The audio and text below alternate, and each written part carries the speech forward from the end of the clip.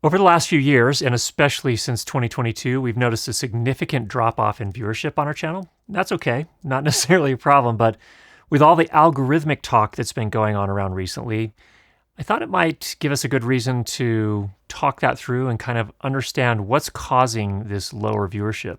For example, there are lots of YouTube optimization channels out there that say, you just need to make good content.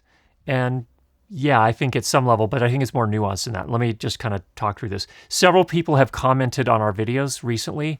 Oh, you're still making videos? I haven't seen them in my feed for forever. So what that says to me is that YouTube is probably presenting them to those people who have watched our videos in the past less often. Now, we first have to acknowledge something very important here. There are some limits to the content that we create on our channel. So very few people need or even want a new microphone or a new recorder or a new audio interface as often as we're recording new microphones, audio interfaces, or recorders. I get that. So obviously not every subscriber or viewer is going to watch every single one of our videos simply because they don't need to. For a long time, we put summaries at the start of our videos, and especially when it came to gear reviews. And that way an individual viewer could come and click onto a video, quickly skim the summary if the product was not something they were interested in at the moment or not in the market for at the moment, then they were free to click off, knowing that if they ever were in the market for that kind of a product, they could come back and watch it and get all the details. The main idea here from our perspective is let's be respectful of and save people some time. So we've gotten lots of compliments on that.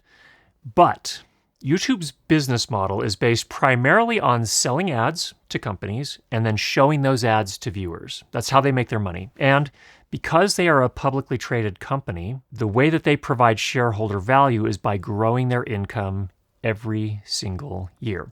And the reality is that YouTube probably has as many viewers as they're ever going to get across the world. So to grow, they need to either sell and show more ads or find another way to make money. And it seems like what they're doing is they're just kind of leaning into more ways to show ads. So keep people on the platform longer and do that by whatever means that takes. So over the last couple of years, they've saturated the places in which they can put these ads in addition. So they're at the start of the video, they're at the end of the video, and even in some cases, they're in the middle of the video.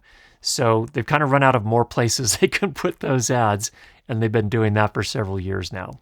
So in order to do this, the algorithm seems to be selecting for retention of viewership. That's to say, a higher proportion of viewers that clicked onto a certain video and stayed to watch most of it. So they stayed on the YouTube platform longer. But our summary at the start model is pretty much incompatible with this. YouTube interprets that click away early in the video's runtime to mean that the video just plain and simply wasn't engaging, when in reality, we're just trying to save people some time. So they might have read the summary and decided that they got everything they needed and left, but because the algorithm marks that as unengaging, it won't push the video to other potential viewers for whom it might actually be useful. This type of algorithm is a great example of over-optimization. So the problem here is that our attempts to save you some time with a summary are interpreted by the YouTube algorithm as not engaging because some people click away after about 15 seconds. And as a result, YouTube presents this video less often to fewer potential viewers. So we're going to keep putting out content, reviews, tutorials, as always. We're going to experiment with putting that summary at the end of the video to see where that gets us. And if you have other ideas on how we could potentially do this without preventing our video from being presented to other viewers, let us know in the comments. We'd love to hear that.